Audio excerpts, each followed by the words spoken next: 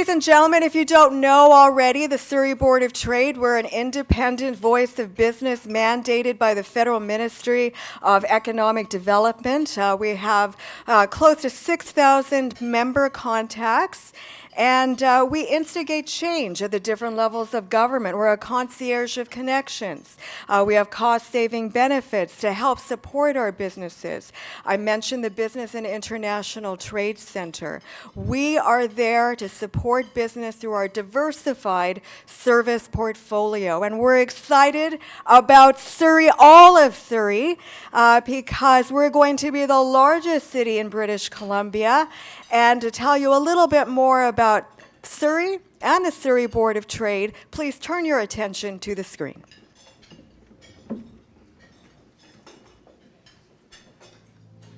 It is a fact that the economic powerhouse is in Surrey as we become the largest city in British Columbia. That brings opportunity with the largest amount of industrial land inventory, a border-crossing city with our largest trading partner, and an international docking facility that brings in goods from all over the world. The Surrey Board of Trade represents 6,000 member contacts and over 60,000 employees.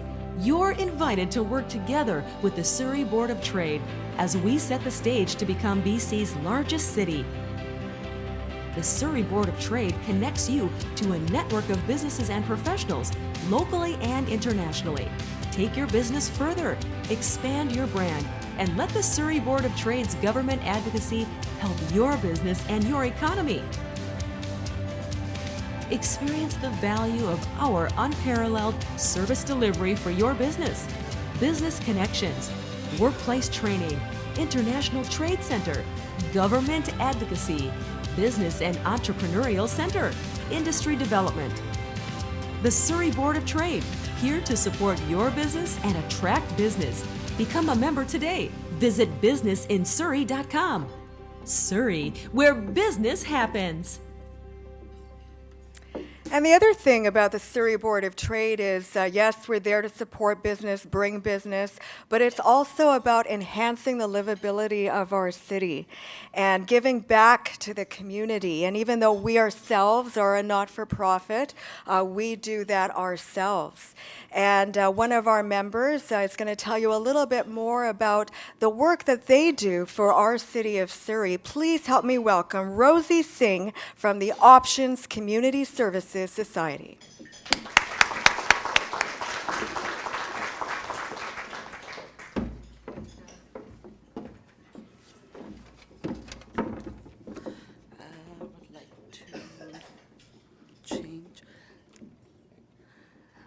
Good afternoon, ladies and gentlemen. My name is Rosie. I'm with Childcare Options Resource and Referral, a program of Options Community Services. We are also known as Childcare Options, or our other acronym is CCRR.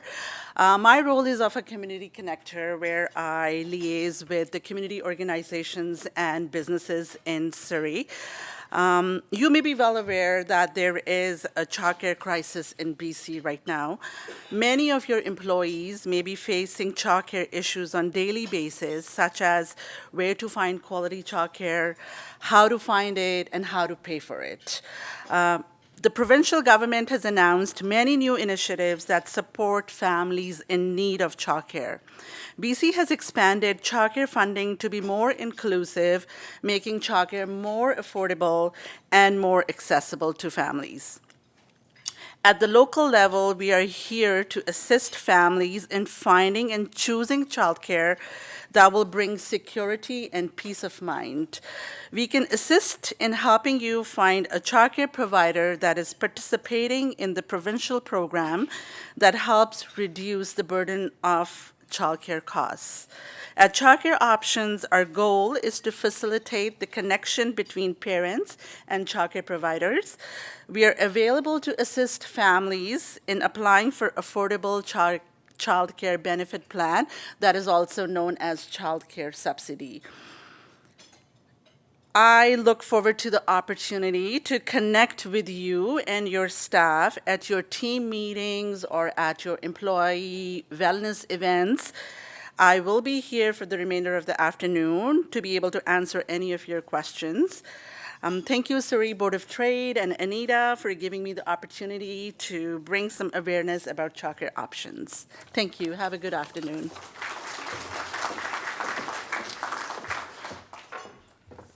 Thank you so much. And in fact, at our National Chamber of Commerce convention, we were debating federal government policy, and we were able to put childcare again on the national agenda because childcare is a business issue, and the Surrey Board of Trade, we've been leaders in that regard.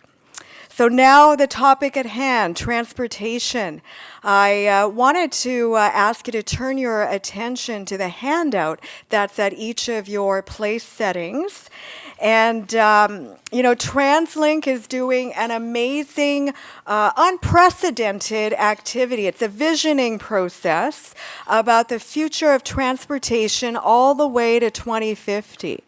And we also, in addition to asking through our various social media outreach and others to participate through their survey mechanisms and online mechanisms, we ourselves submitted a response through member feedback. And I just wanted to provide a summary of that feedback, and it's at the link on the second page and also on our website, businessinsurrey.com. So many say, why does the Surrey Board of Trade, a business organization, focus on transportation? You should just focus on supporting business. Well, we are supporting business by focusing on transportation because we want people and goods to move efficiently and effectively. Transportation, in addition to education, is the foundation of driving our economy. That is the philosophy of the Surrey Board of Trade and our economic development plan for our city. So, as I mentioned, TransLink is leading the development of a new regional transportation strategy. And really our survey responses concluded that Surrey's business community, as well as local, provincial, and federal governments, have much to gain from implementing a transportation strategy that focuses on innovation, efficiency, cost effectiveness, and an improved road network layout. In addition to greater usage of the public transportation system, congestion will decrease as a result of enhanced public transportation modes, road network efficiencies, improved access, and new transportation methods and technologies for all of Surrey. Surrey, in conclusion, needs improved public transportation infrastructure that is accessible, efficient, cost-effective, incorporates various transportation methods and nodes that include car, bicycling, rail, walking, ride-sharing, taxi, has the potential for future growth. So just in summary, I just wanted to provide just a synopsis of each of those graphs that are on that sheet. So graph number 1, we asked respondents. These are the same questions that TransLink asked. Where do you live? Of course, most of the respondents were from Surrey. 15% of our members are outside of Surrey. So we had respondents from that area as well, because business is borderless. Graph number 2, how do you normally commute? Over 70% indicated that they drive as their primary mode of transportation in Surrey. It's not surprising, as public transit, the second highest selected response. Options are unreliable, respondents said, within Surrey and across municipalities. Other comments noted using a mixture of bicycling and public transit. The average person chose the transportation option that was most cost-effective and efficient for them. Through this graph, it was concluded that Surrey needs innovative transportation methods. We can't only rely on one. Respondents noted the need for innovative methods such as ride-hailing, increased frequency, public transit options, effective route planning software, creating designated pull-in and pull-out spots for buses to get out of the way for other traffic. Graph 3, what do you like best about living in Metro Vancouver? Well, it is the Hawaii of Canada, right? But there's a clear indication that parks and forests, public spaces, are very important. Proximity to family and friends, the weather, opportunities for jobs and businesses were the most attractive options. Traveling by transit was selected as relatively low. Graph number 4, what reasons best describe why you live in your current neighborhood? Again, they wanted to be close to shops and amenities, close to their place of work. Their neighborhood was close to the border because we have the most manufacturers in British Columbia right here in Surrey, and the U.S. is still our major trading partner, so there's a lot of traffic going across that border. Safety was the second most selected reason, and it's not surprising that being near transit ranked last, as the majority of respondents did not rely or utilize transit as their primary mode of transportation. There are opportunities, though, for TransLink and other public agencies to ensure that transit opportunities in the future are accessible, people of all abilities, and attractive to Metro Vancouver's workforce. Graph number 5, when you think about the region and how it will grow and change over the coming decades, what are your biggest concerns? The top answer was cost of renting or buying a home, congestion on the roads, the quality of the transportation system, the loss of green space. Other responses included density issues, loss of architecture, and transit routes as well. Someone mentioned Cambie as well, would change the neighborhood.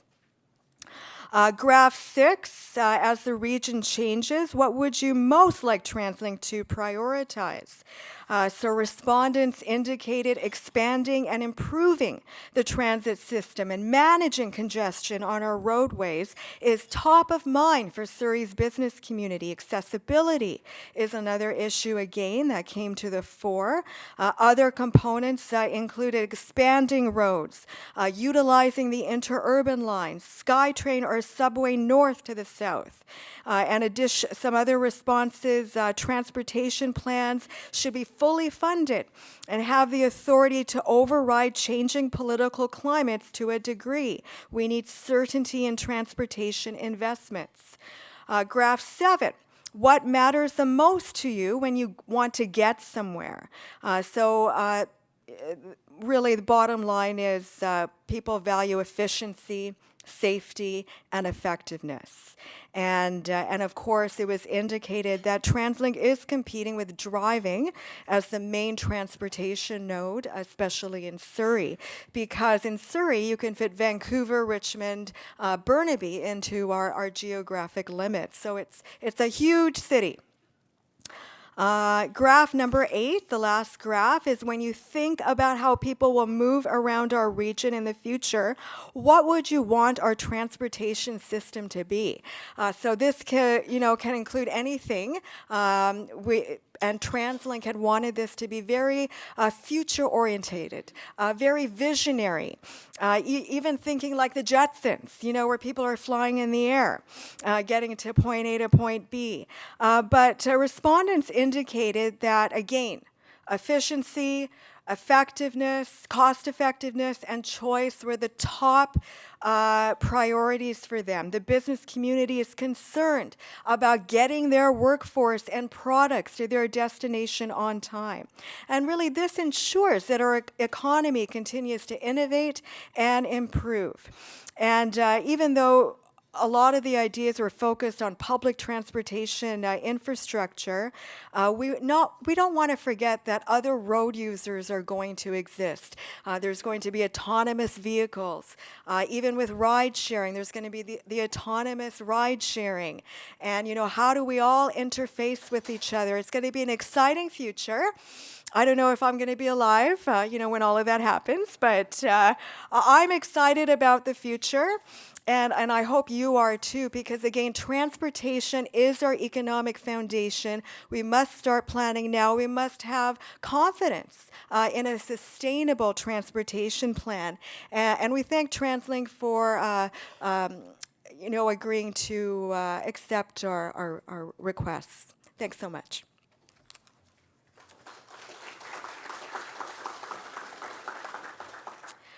So the full response is on our website again at businessinsurrey.com. Now, a key element of the region's transportation strategy is the Mayor's Council at TransLink. And as we all know, they're an important body in order to influence. And I'm so pleased that he's here in Surrey to speak to you. Please help me welcome, not only is he the Mayor of New Westminster, a busy job, but he is also the Chair of the Mayor's Council, Jonathan Cote.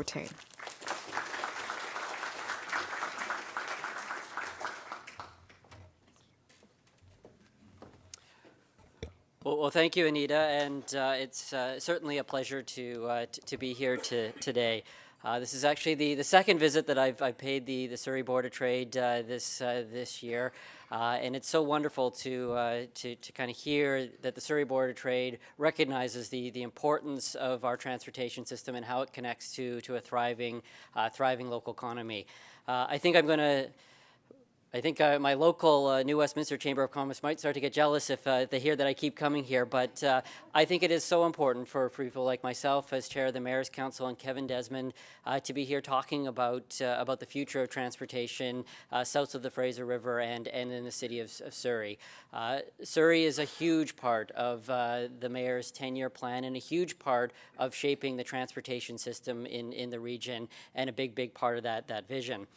I was recently contacted by the Georgia Strait, who was writing an article about the federal election, about which ridings should are we interested? What ridings am I watching? And I said the ridings that I'm going to be watching in this upcoming federal election are actually south of the Fraser in the city of Surrey. I think Surrey has really become a battleground location, both provincially and federal in elections. And the next federal government is going to play a huge role in whether we're going to be able to continue the momentum and continue to invest in our transportation systems in the region.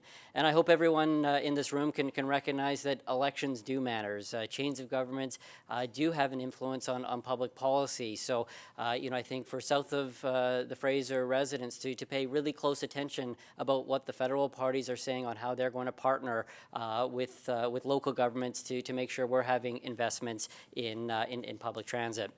I think it's also important for me and Kevin to be here today because, I think everyone in this room recognizes south of the Fraser and Surrey is one of the fastest growing parts of the Metro Vancouver region and increasingly is making up a larger share of the region's population and employment.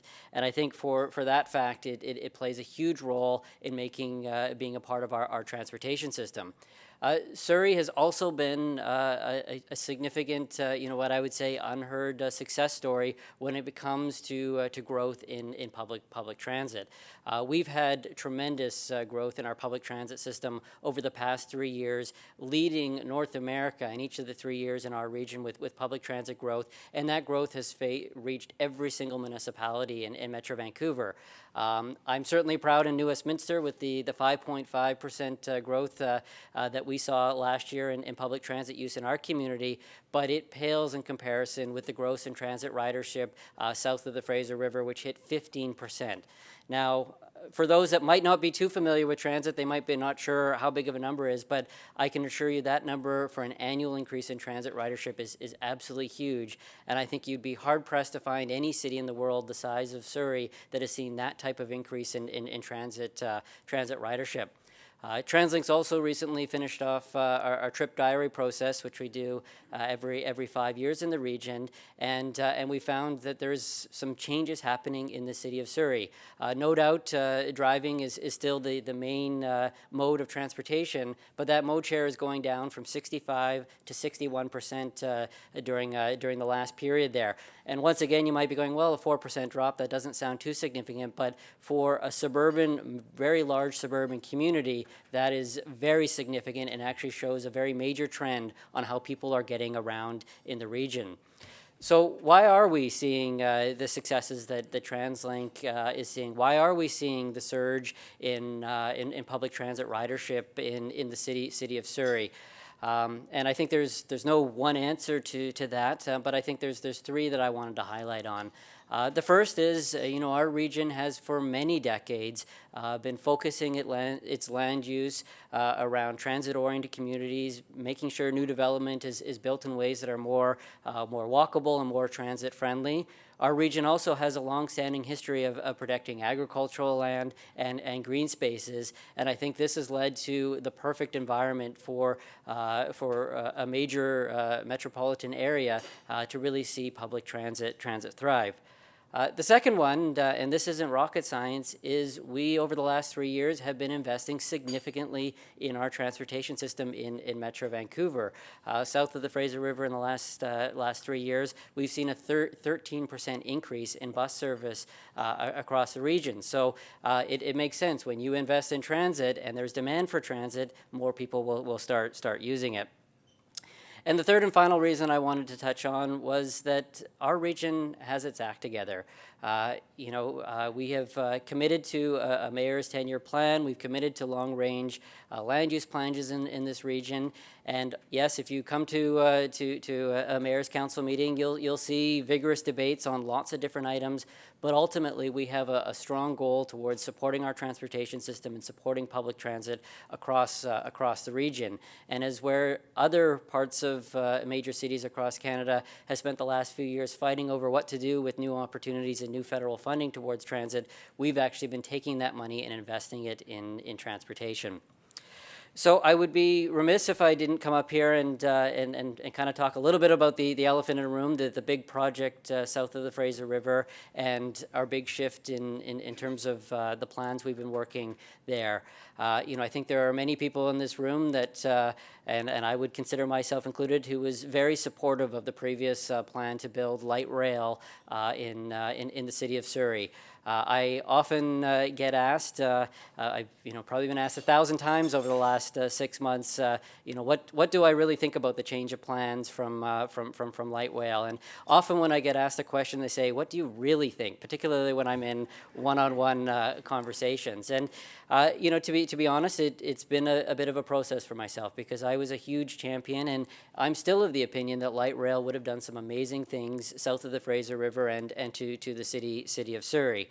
Having said that, I think we've had to be pragmatic at the Mayor's Council and recognize that there's been a political landscape change in the city of Surrey, and we've had to respect that, and we've had to engage in that, because the reality is that building complex, very expensive rapid transit projects need the partnerships of the host municipality, need that partnership between TransLink and that government there. And I think, ultimately, we really want to come to the decision of, do we want to spend the next 4 years fighting over how to spend $1.6 billion, or do we actually want to invest that in a region that we know desperately needs that?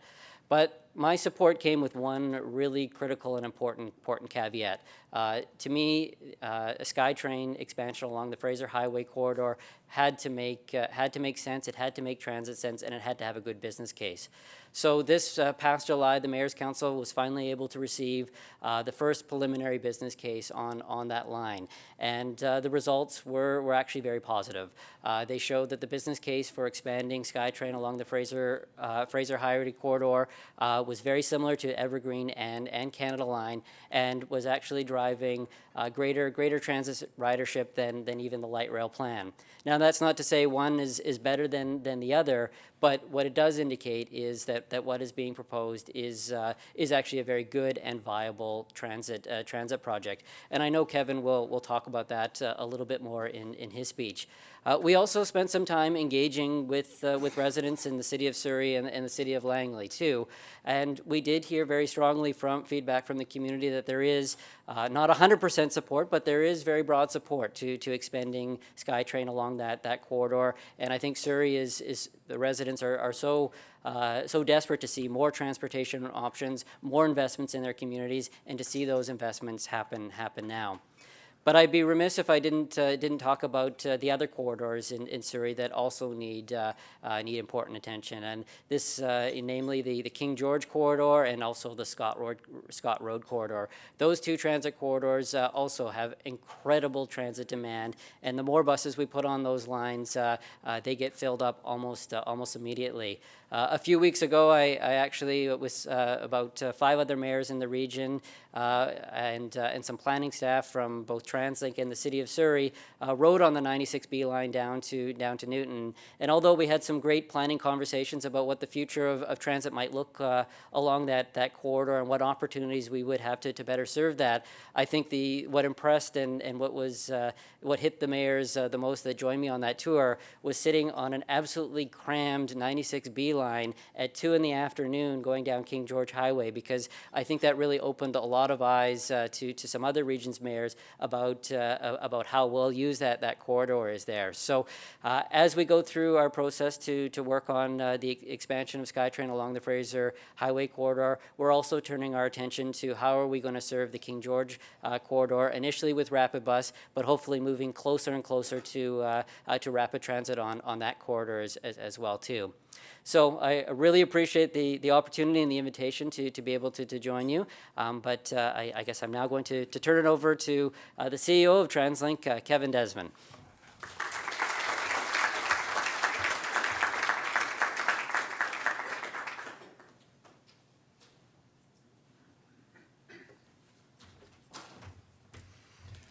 Good afternoon, everybody, and thank you, Mayor Cote. That's kind of a tough speech to follow, so I just take Q&A now, I suppose, because I think, Mayor Cote really covered at the higher level so much of what I'm going to talk about, but so much of what we've been talking about internally as a team at TransLink and with the mayors and here in the community for the last 6 or 8 months. Everything he has said has come to fore in all of the conversations as we're thinking about the transit present and the transit future. So what I'm going to do, and I look forward to Q&A, I think, with Anita and hearing directly from those of you here at lunch today, and get your questions so we can engage in a little bit of a dialogue. So what I will do is take you on a little bit of a journey. I'm going to start with just some overall system trends, a quick update on the mayor's plan progress. Of course, talk about the rapid transit in south of Fraser here in Surrey, as well as to Langley, and then talk about a little bit about Transport 2050 that Anita referenced before. So there you go. I won't repeat, really. I don't have to say any more because Jonathan said it so well. So much has changed in the last year. This is, I think, my 3rd or 4th luncheon at the Board of Trade. I've always enjoyed coming to this conversation, and the first 2 or 3 times I came, we were talking about light rail. We were talking about getting the funding for the program and eventually the reality of what we thought would be the light rail project. And in this very quick 3.5 years, we have, through, as the mayor said, great consensus in our region through the Mayor's Council and great partnership with the provincial government, both provincial governments, at least since I've been here, the Liberal government and now the NDP government, to allow us to be in a place where we have $9 billion committed funding to make desperately needed transit investments in this region. A lot of that is just getting more bus service out really fast, getting more SkyTrain service out fast, but then, of course, the major capital projects that take a great deal of time. And Surrey is in the middle of all of that. And we know at TransLink, it's no surprise, we have to catch up. There's a lot of catching up we have to do outside of the core of our system, starting with Vancouver into Burnaby, and yes, New Westminster. We need to improve service south of the Fraser. We need to improve service out in the valley, and we're well on our way. And what we're seeing, as Mayor Cote pointed out, region-wide is just a huge pickup in transit ridership and something of a renaissance. And yes, over the last few years, we have by a long shot been leading North America in major urban areas with ridership growth. In fact, most major urban areas in North America have seen a flat or declining ridership over the years for a variety of different reasons. Something very, very different is happening here. And just as we've seen a 7% growth overall in our TransLink region over this period of time between 2017 and 2018, and this pictured here, overall ridership in south of the Fraser has grown almost 14%. That's both SkyTrain and bus.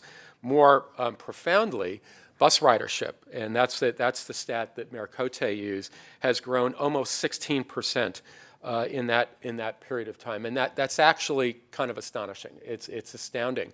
And particularly in the context of the data that Anita was talking about, and I'll get to that a little bit later, that we're still, it's kind of a suburban environment. The land uses don't generally support really, really good transit ridership, but a lot of interesting things and good things are happening here in Surrey that is helping to drive that ridership that I think will eventually tell the story of the further investments that we're going to be making in this region. So in point of fact, the buses are the workhorse of our system. We have 1.4 million average daily boardings on all of the TransLink services, and about 800,000 of those boardings are the bus. The bus system is actually the workhorse of our system. People, the media, they pay most attention to SkyTrain, Canada Line, and so forth, but it really is the rubber tire, the bus service, that is still the heart and soul of what we do at TransLink and how we get people around. We've been adding a lot of service. The first service increases actually started in early 2017, just several weeks after the first successful vote on the Phase 1 plan, and we've been repeatedly putting out improved service since that time. Coming soon is, in fact, additional service territories. By 2021, East Fraser Heights and 68th Avenue area will have new transit service, areas that are not currently served. But in the meantime, just some of the recent service improvements. Importantly, the Route 503 between King George Station and Langley Center on Fraser Highway has seen a very, very large increase in service. In fact, 49% increase in service on that corridor. We're in fact calling it the Fraser Highway Express. Now that corridor was supposed to get a B line, which we're now calling RapidBus. I'll talk about that in a second. Because we were going to do light rail on 104th and King George. We kind of flipped things because we're going to be proceeding with SkyTrain on Fraser Highway. We're not going to do the RapidBus on Fraser Highway, but we are pouring a lot of resources into that corridor. We know the demand is there up and down the corridor from Langley.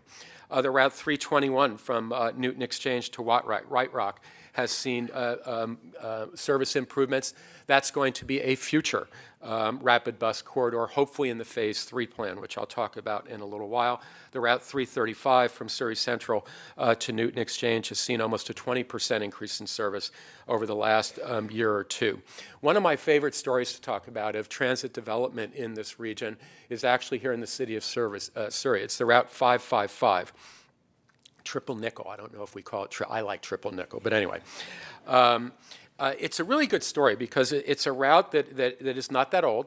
It was implemented in 2014, and it had its anchor, the Carvolth Park and Ride. Just since it was launched, between 2014 and 2018, we've seen about a 66% increase in ridership, and that's been supported by about a 47% increase in service. And what's been happening with that route, we put out a good product, more people use it.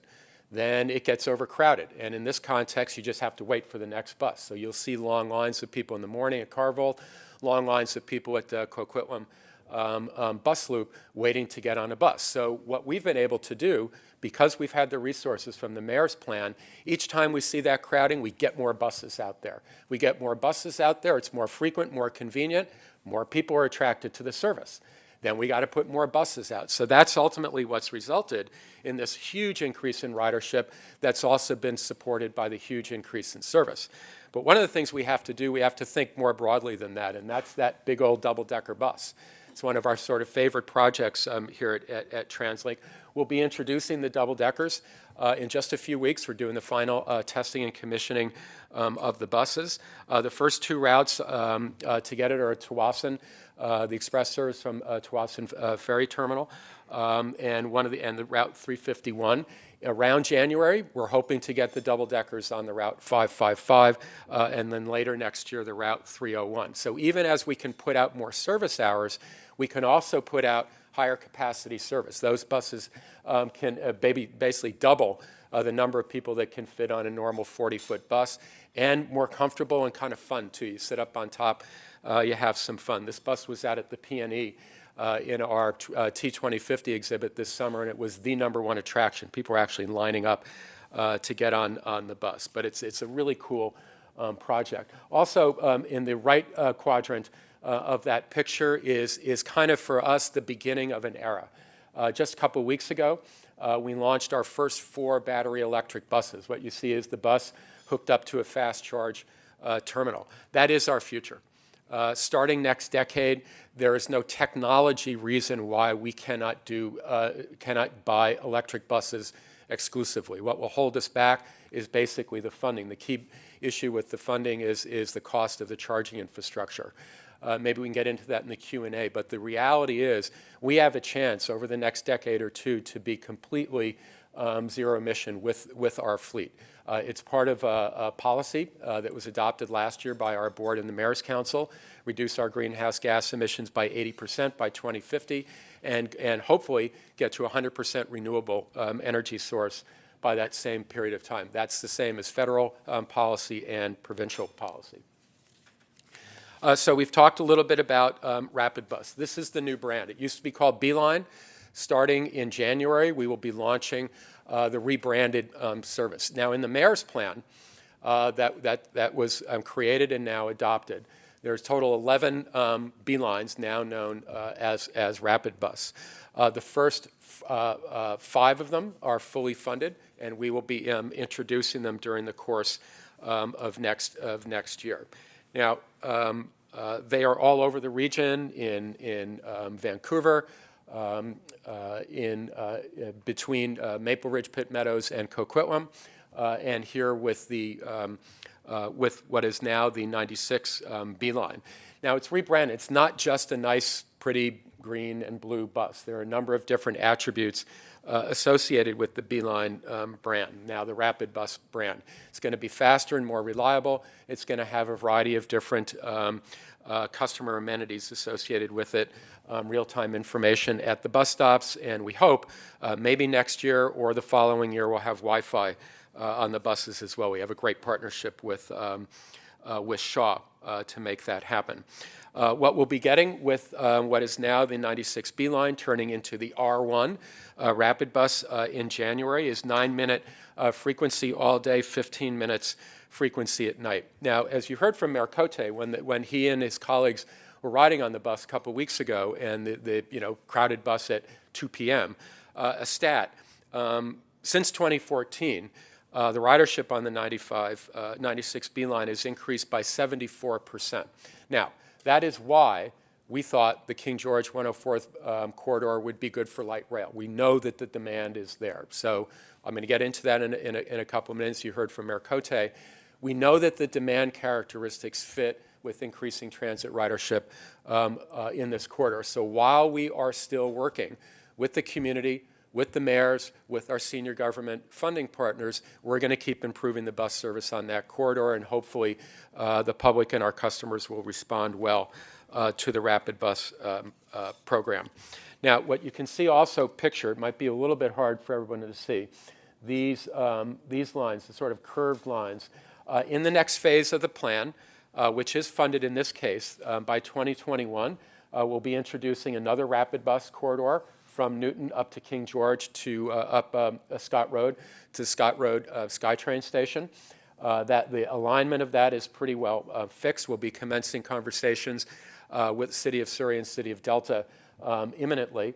And then a still to be determined route, but it gets from Richmond to the Expo line, and we'll be working with the City of Richmond and Burnaby and the City of Vancouver on what that looks like. So those 2 routes by 2021, and then we've got 5 more to do in the Phase 3 program. Even as we are building out SkyTrain, improving the bus system remains key. As I said earlier, it is the bread and butter. It's the soul and heart of our transit system. That's not going to change for a very, very long time. Getting this RapidBus program beefed up and fully implemented is very important. And I will say that Mayor Cote is a big, big champion of this program, in fact, and taking it really to the next level beyond what we even have funded today. And that I hope, and I know that speaking for Mayor Cote, if I can, I think we both hope that the next phase plan will have some very significant resources toward improving our bus system. Now, moving forward, and I'll get into the rail issue. Again, Mayor Cote, I think, said it extremely well. We made a change. And I couldn't say anything different from what the mayor said about my own beliefs about the light rail project. Would have been a good project. It could have really helped transform this community. Maybe someday it will come back. So this is not one technology against another. But the reality is, it's change in City Hall. You just can't do that project with the city government that would not be cooperative, because the project was in and of itself a land use shaping effort. So we're going to work on 104th and King George from a bus service standpoint for the short term. In the meanwhile, we're going to start proceeding with the continued planning with SkyTrain down Fraser Highway. And we want to work so closely with this, with the city, with the communities that are being affected, that will eventually welcome the SkyTrain service to make it a very successful project. So first, some numbers. So that's corridor, down Fraser Highway all the way to downtown Langley. So as the mayor said, we delivered to the Mayor's Council in July, in effect, a preliminary business case. And it was able to demonstrate what we could do with the funding available. We have $1.6 billion available. That's federal and regional and provincial dollars. We can get to Fleetwood, 7 kilometers to the Fleetwood Town Center area.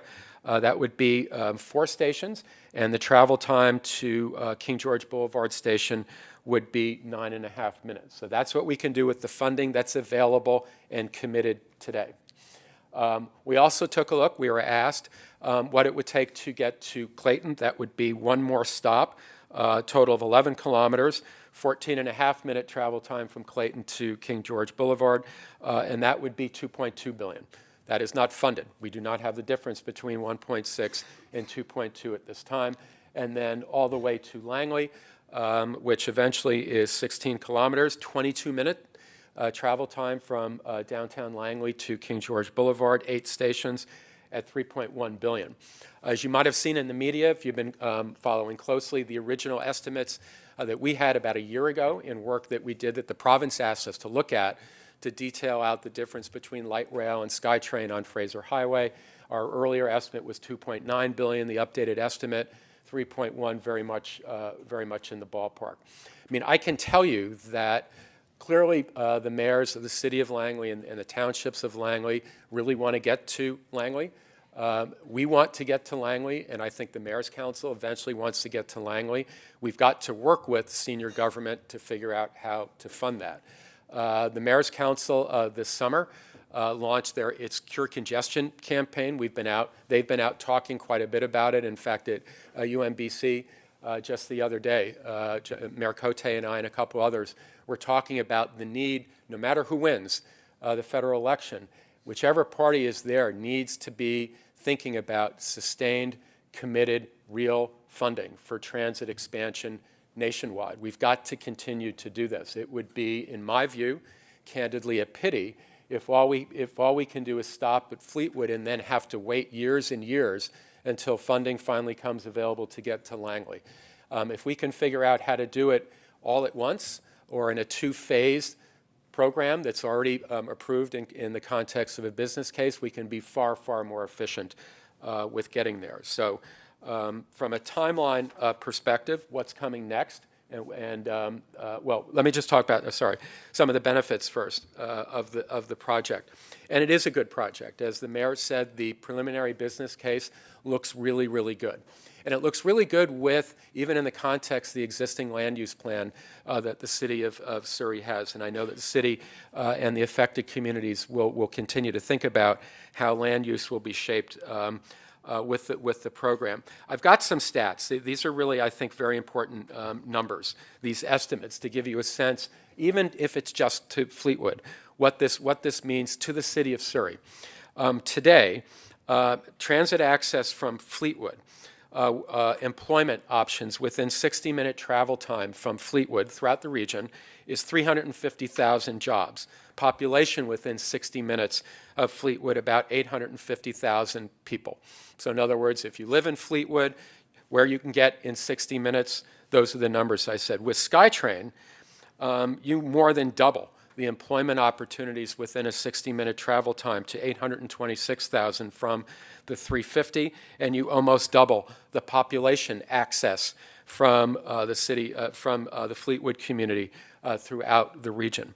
One of the things that I hear a lot, I've been asked this, it was some of the debate at the Mayor's Council, I'm sure you all at the Board of Trade talk about it a lot. Well, isn't SkyTrain just a means for people to leave Surrey to go to jobs in Vancouver or something like that? And in point of fact, whether it stops at Fleetwood initially or eventually getting to Langley, it actually can get people from where they're living along the Fraser Highway corridor to jobs in Surrey really fast. And I know a lot of people in Surrey want to see a growing employment hub and commercial hub right here in downtown Surrey. And that's part of the vision. And SkyTrain can help make that happen. So there are significant benefits to SkyTrain on Fraser Highway to help Surrey become that and become what it has been becoming over time. So some of the work we've been doing, not just the Fraser Highway corridor and SkyTrain, is what we kind of call the South of Fraser refresh. So we have been looking at, well, what are we going to do along 104th and King George? After all, the mayor's plan assumes 27 kilometers of rapid transit on all three corridors. So the commitment remains to do projects to connect Guildford and Newton to the downtown. So in July, when we also delivered the kind of preliminary business case for SkyTrain, we also identified a variety of options for what we might be able to do on the Surrey-Newton-Guildford corridor, as it were. And we looked at 4 different options. RapidBus, which is what we're implementing, what that might look like, what the characteristics would be, the eventual ridership improvements. Bus rapid transit, which takes it to a much bigger level and requires a fairly significant investment to basically make the buses faster, to increase the capacity of the system, and to create a more rail-like station environment. We looked at light rail, of course, the original project, and we looked at SkyTrain from King George Boulevard Station to Newton. So those options will be in play. We would be, in terms of the assumed notional funding envelope for the whole 27 kilometers, the mayors assume we'd be spending something like $3.5 billion. That would have been light rail on all 27 kilometers. So if we go to Langley for $3.1 billion, that's going to leave about $400 or $500 million left. So we're going to have to sort through. We could probably do bus rapid transit for that additional dollars. We could not afford the light rail, and nor could we afford SkyTrain. But I'll leave you with a number. SkyTrain from King George Boulevard to Newton would cost about $1.2 to $1.4 billion. So I say that because we have to continue to work with the community to identify what those next service options might be. Do we eventually decide, yes, let's invest in bus rapid transit, and that will be the technology choice for the next long period of time? Or might we wait and see how we can assemble funding for a different form of rapid transit? These are the types of discussions we have to have with the community. Those are the kind of discussions we're going to have, of course, with the Mayor's Council. Now, a lot of this, of course, is informed by intense public engagement, and intense is absolutely the word. In the spring, we started collecting survey responses from over 21,000 people. About 17,000 of those responses were from residents of Surrey and Langley. We've done a lot of open houses, a lot of face-to-face meetings. After the election, we've been waiting for the federal election to end, so late fall, we're going to start our next round of public engagement. Now, the next round of public engagement, we'll be able to start showing some detail to folks of where the exact guideway alignment will be and where more exactly the station areas will be. We'll be doing that very, very, very much intensely with people on the ground to get feedback to help us finish the business case. We've been working closely with a variety of stakeholders, the Board of Trade, of course, Downtown Surrey, Fleetwood, Newton, and Cloverdale, BIAs, the South Asian Business Association, Green Timbers, Heritage Society, Surrey Environmental Partners, and we have formed a stakeholder liaison committee as well. And I'll pause here. I want to introduce Jeff Busby. Raise your hand. Jeff is the program manager for the project, and Alexis Pavlich is in charge of the community relations piece. So after the event, if you want to chat more about what's going on with the project, those are the two key people, and they're here in Surrey all the time, managing, I think, this project so far really well. So next steps on the project. Business case ready. We are on schedule to go back to the Mayor's Council in January for approval of the business case. We then, if the Mayor's Council and the board approves the business case in January, we then submit it to the provincial and federal governments for their approval. Now, at this point in time, our expectation is we will be submitting a business case all the way to Langley.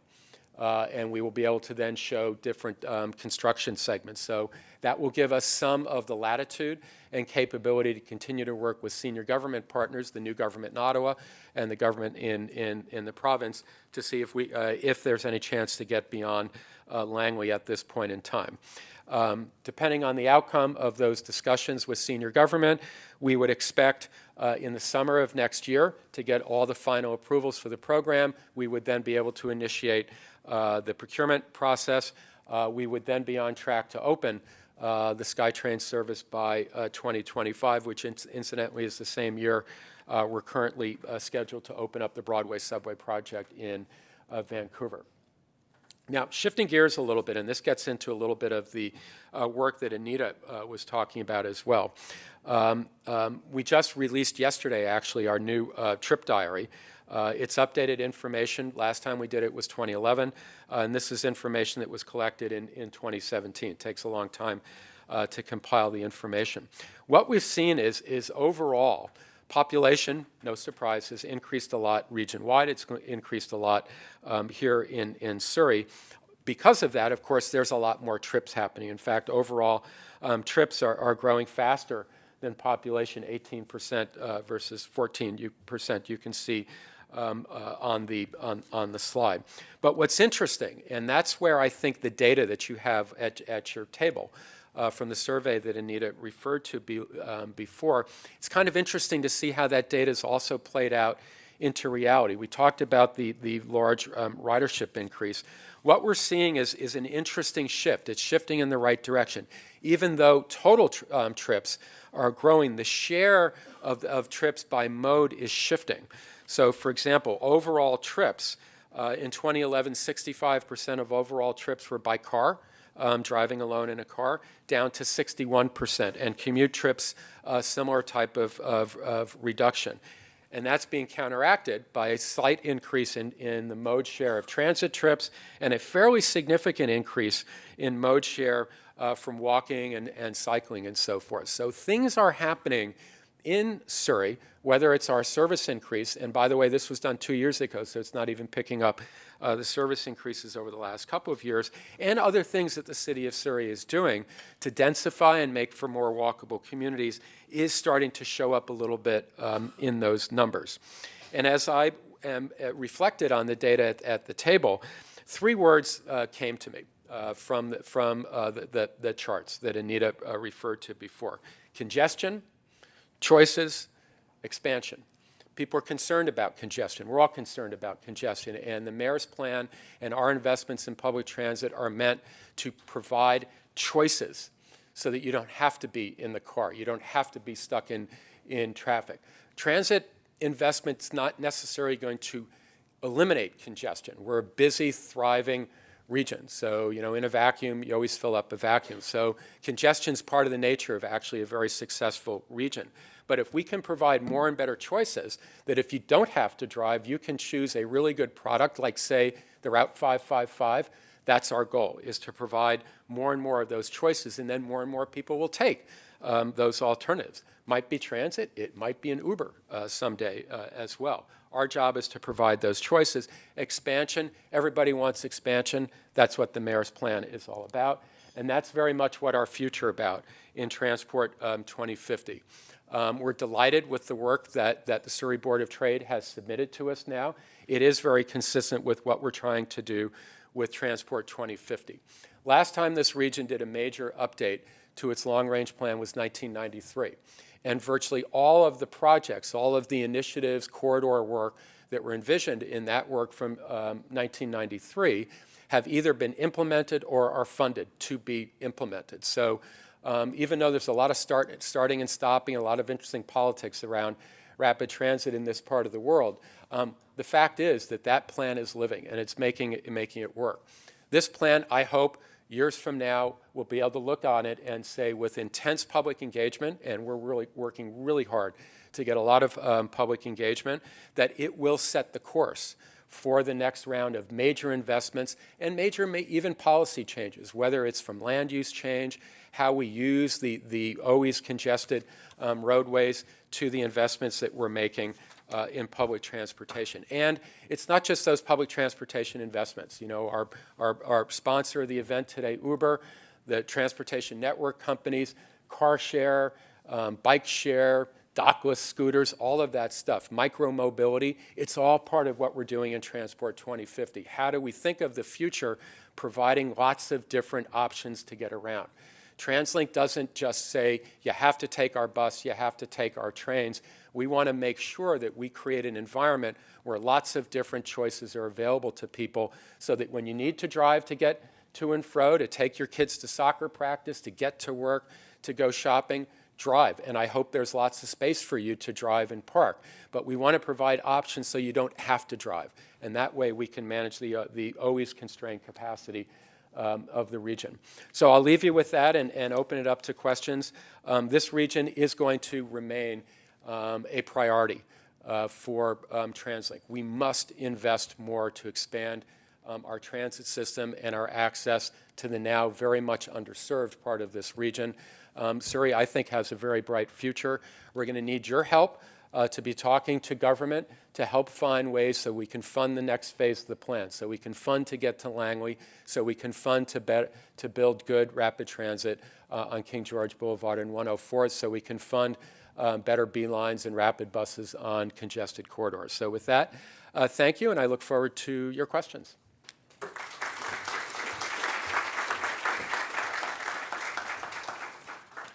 Thank you so much, Kevin.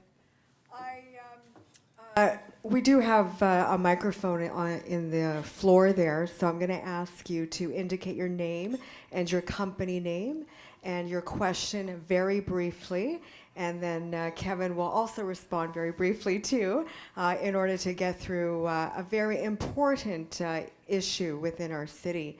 But let me start by saying thank you so much.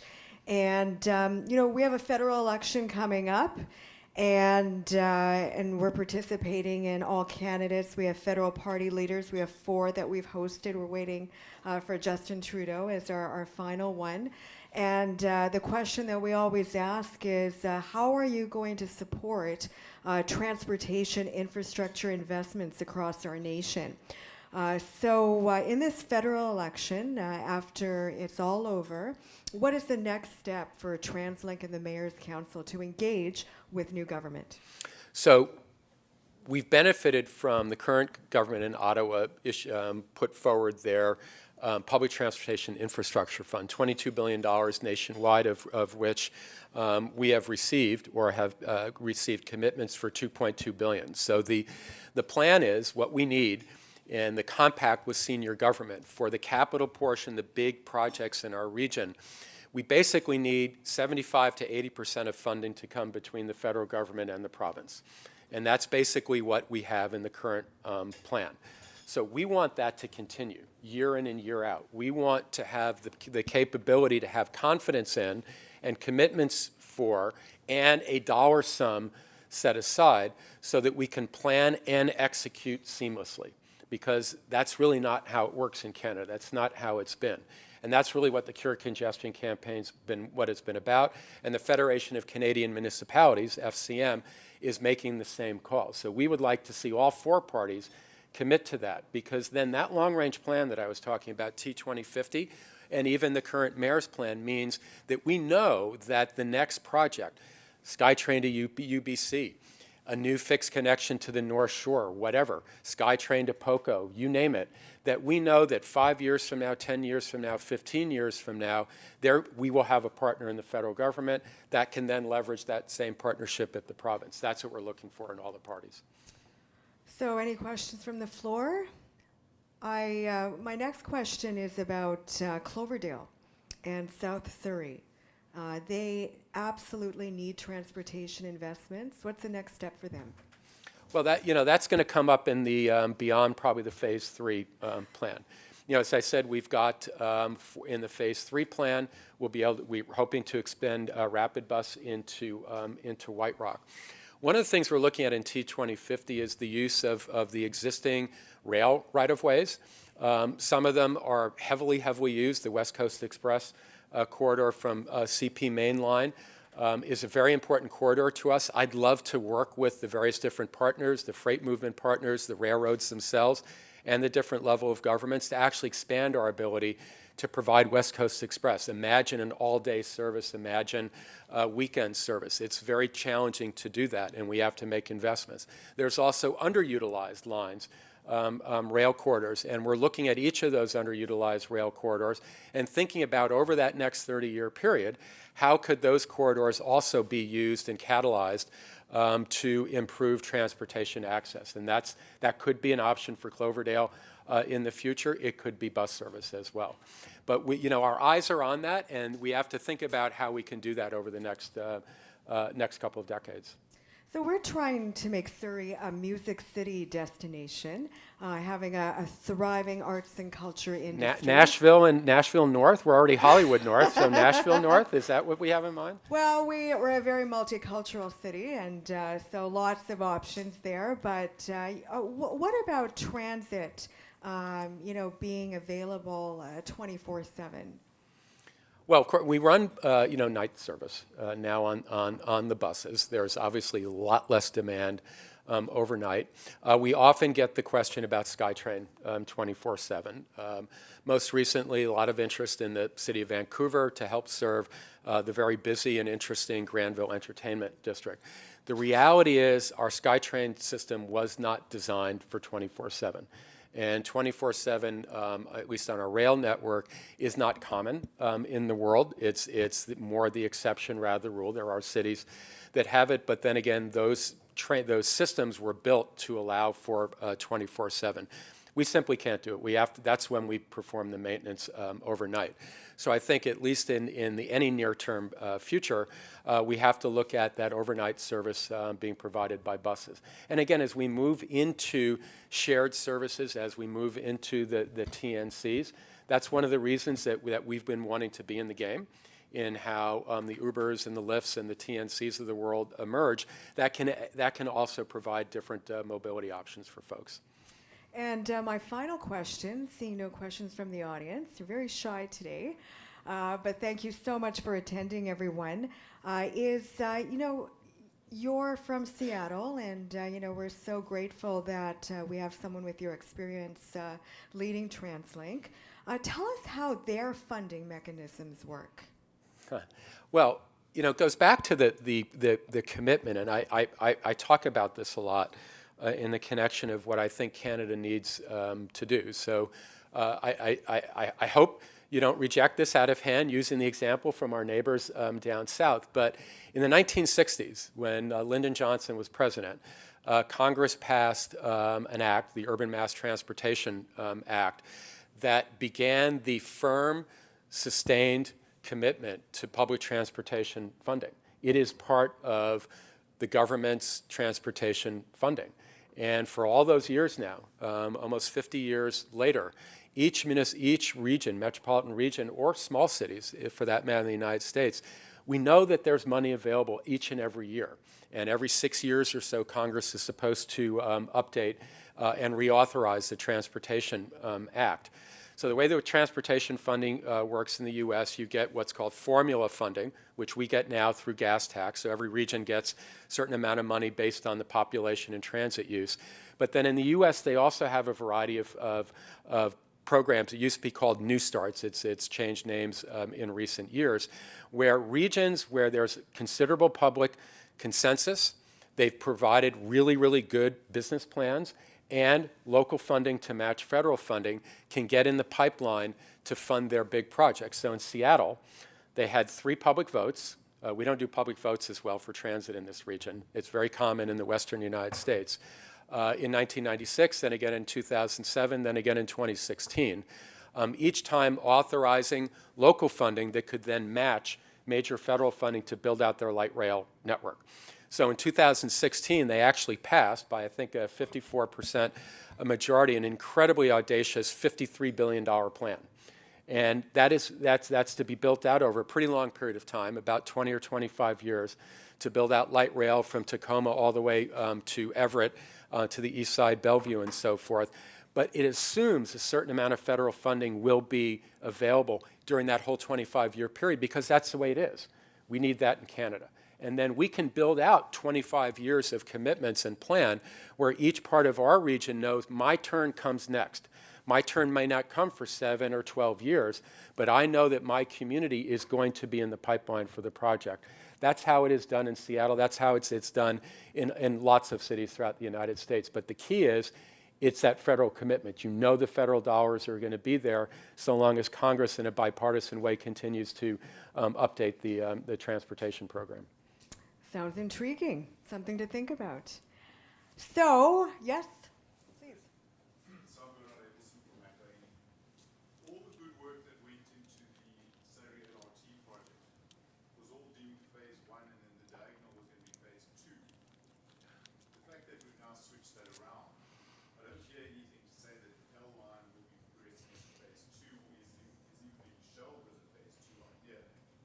Is that entirely the Surrey City Council's decision, or is that the Mayor's Council decision with some transit influence?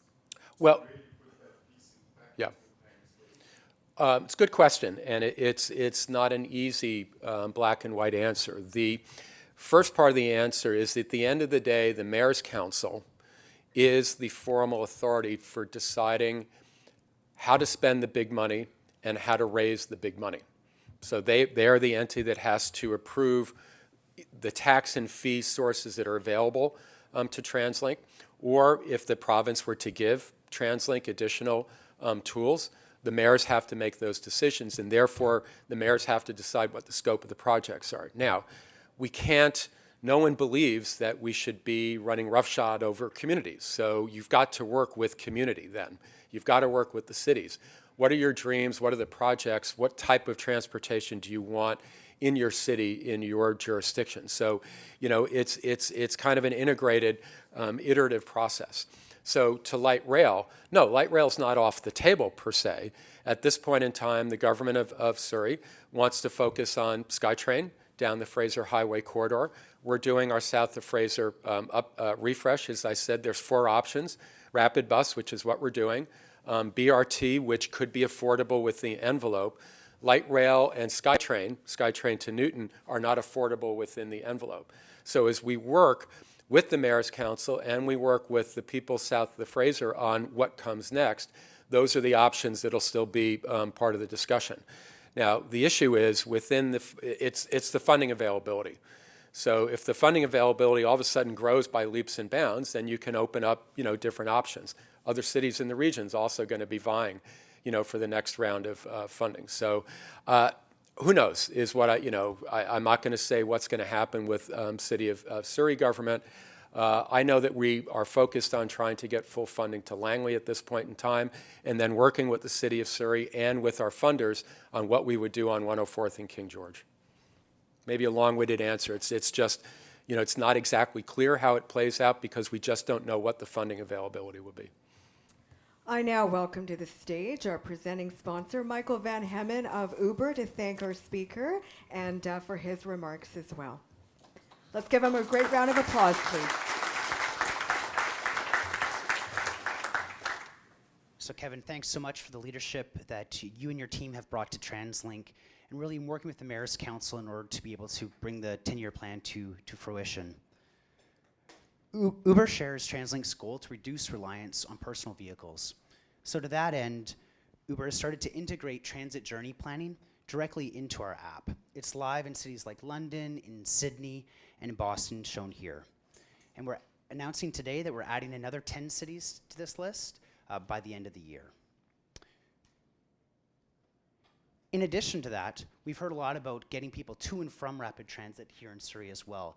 We've created products like transit vouchers that allow transit authorities and local governments, even employers who have challenges getting employees to their work location, to be able to sponsor travel via the Uber app, to be able to provide subsidized trips to and from transit or to and from their workplace as well, to help facilitate that first last mile travel or late night rides.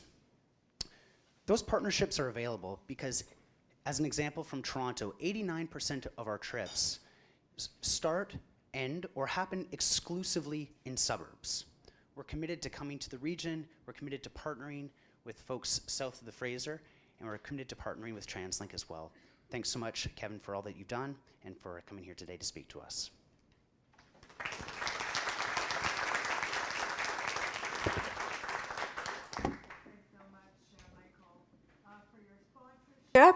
And Kevin, thank you so much again for speaking to the Surrey Board of Trade. We have a great partnership with TransLink. These are not easy conversations to have on such an important topic. And the conversation and action and results will continue. I just wanted to mention some upcoming Surrey Board of Trade events. They're all at businessinsurrey.com. We have a business networking reception at Unity Semiamu House Society October 1st because it's all about connections to grow our businesses.